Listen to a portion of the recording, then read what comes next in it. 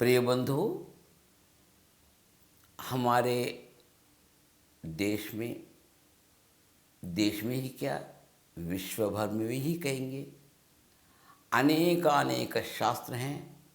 नए नए शास्त्र उत्पन्न हो रहे हैं। एक शास्त्र के कुछ भागों में बांटकर नए शास्त्र भी आ रहे हैं।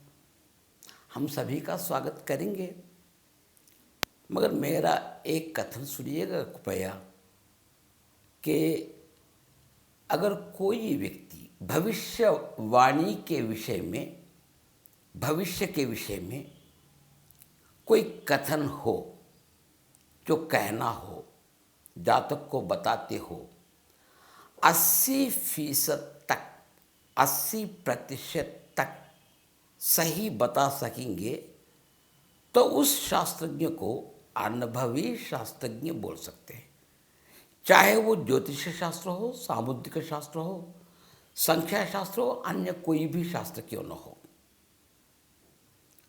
तो लिपि के आधार पर भी भविष्य बताने वाले हैं, मगर पूर्ण शास्त्र नहीं है। कुछ हद तक तिरशास्त्र है सीमित, अंग शास्त्र है सीमित, कुछ शास्त्र सीमित हैं। पूर्ण शास्त्रों में 2 शास्त्र अत्यंत प्रसिद्ध है। किसी शास्त्र को मैं कम नहीं कह रहा हूं, मेरा कहना सुनिएगा कृपया। किंतु पूर्ण शास्त्र के विषय में 2 शास्त्र ही प्रसिद्ध हैं। वे हैं ज्योतिष शास्त्र और सामुद्रिक शास्त्र। इतना तो विश्वास कीजिए। पूर्ण शास्त्र कहेंगे, इसका अर्थ ये हो रहा, जहां तक बता रहे हैं 80% तक ठीक हो रहे हैं, इसीलिए पूर्ण शास्त्र कहा गया। वो 20% पकड़ा नहीं जा रहा, वो भगवान के हाथ में है, वे ही बता सकेंगे।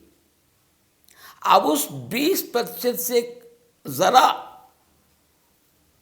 80% से अधिक हासिल करने के लिए, अनुभव प्राप्त करने के लिए प्रयत्नशील हैं लोग, उसलिए शोध कर रहे हैं।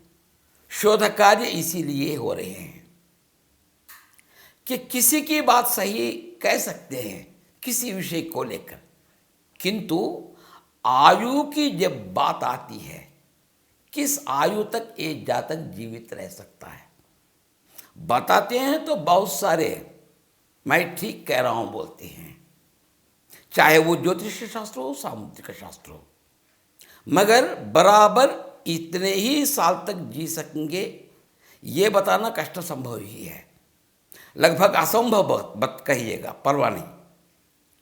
अब उसे भी अपने साध्य करने के लिए प्रयत्नशील लोग हैं,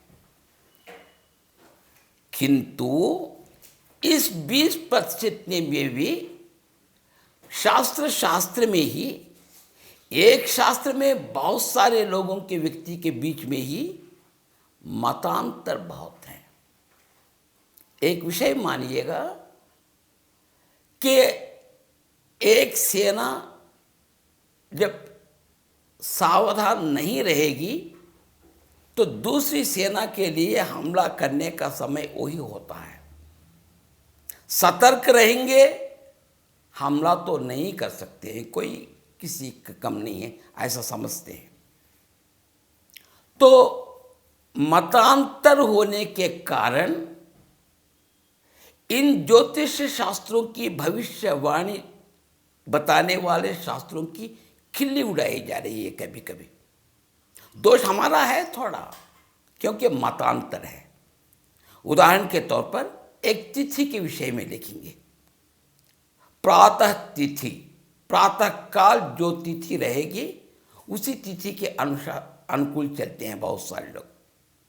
कुछ लोग ऐसे रहते हैं, तिथि खत्म होने के बाद वहां से दूसरी तिथि को लेते हैं, समय लिखा हुआ रहता है।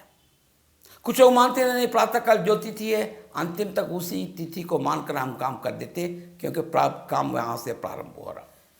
मतांतर। कृष्णाष्टमी के उदाहरण लेंगे। कोई सावन में मनाते हैं, कोई भादों में अंतर आ गया। एक ही त्योहार एक दिन यहाँ मनाते हैं, 2-3 गांवों के बाद दूसरे दिन मनाते हैं। कारण वहाँ के पंडित वैसे बताते, यानी मतांतर आ गए। ये मतांतर होने के कारण क्या हो रहा, एक छोटे से या 2 छोटे से दोषों को लेकर ज्योतिष शास्त्र को ही झूठ बोल रहे हैं, सामुद्रिक शास्त्र को ही भूल, यानी उन शास्त्रों पर अवहेलन किया जा रहा है। ये परिस्थिति आ न पाए, इसके लिए हमें क्या करना चाहिए? एक वेदिका होनी चाहिए, एक पीठ होना चाहिए, एक मंच होना चाहिए। वे सभी एक शास्त्र के पंडित एकत्रित हो जाए, एकमत हो जाए, उस मत से सहमत हो जाएंगे तो ज्योतिष शास्त्र की कोई खिल्ली उड़ा नहीं सकते। किंतु दुर्भाग्य की बात यह है, सब कोई अपने आप को ही बड़े समझते हैं। यहां आ गया प्रश्न, बड़ा जो देखन मैं चला, बड़ा न मिलिया कोय, जो दिल खोजूं अपना, मुझसा बड़ा न कोय। अपने आप को ही बड़े समझते हैं, अपना कहा हुआ ही ठीक कहते हैं। ये बहुत बड़ा दोष है हमारा। अब साहब, क्या केवल ज्योतिष शास्त्र में नहीं, सामुद्रिक शास्त्र में भी है। क्या ऐसे दोषों का निवारण नहीं किया जाता है? सामुद्रिक शास्त्रज्ञ जितने भी हैं, अनुभवी हैं, पंडित हैं, जो विशारद कहले जाते हैं, छाती पर हाथ मारकर कह सकते हैं हम सामुद्रिक शास्त्र कह सकते हैं, धन्यवाद आपके लिए। किंतु एक ऐसा मंच बन जाए तो सभी विषयों में एक मत से आ जाए। अब उदाहरण के तौर से खैंची का चिन्ह है। खैंची का चिन्ह गुरु प्रांत में बहुत ही शुभकर है, अन्य ग्रहों में अशुभकर है, ऐसा तो कहते हैं। नहीं, इसमें थोड़ा मतांतर आ गया। अगर पर्वत का नैसर्गिक स्वरूप अनुपात समान हो, मिति में हो, अगर वहाँ खैंची का चिन्ह आता है तो वो शुभकर है, ऐसा कुछ मानते हैं।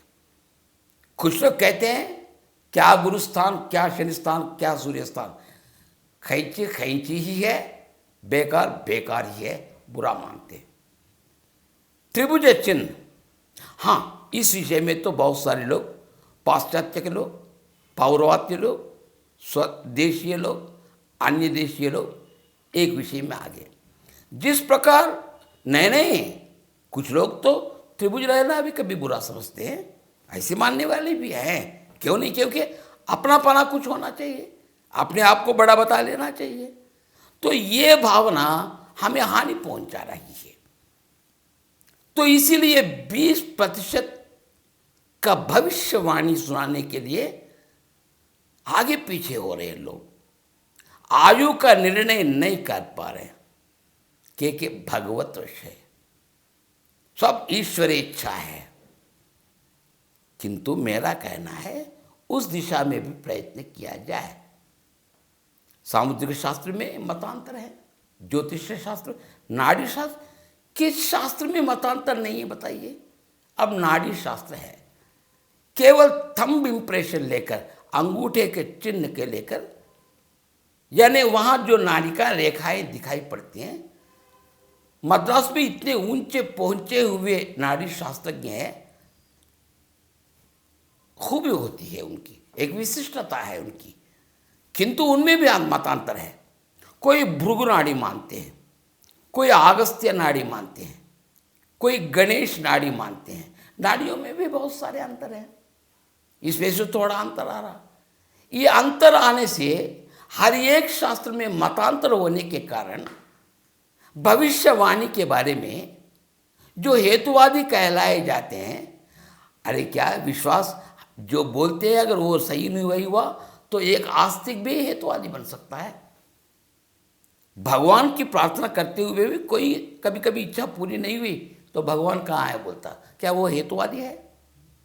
हेतुवादी तभी बोल सकते हैं जब कहा हुआ नहीं बनता है, उनकी भी निंदा नहीं की जाए, तो उनकी निंदा से बचने के लिए हर भविष्यवाणी शास्त्रज्ञ के कर्तव्य समझना चाहिए कि हम सहमत हो, एकमत हो, एकग्रीव होकर शास्त्र को सुनाएंगे।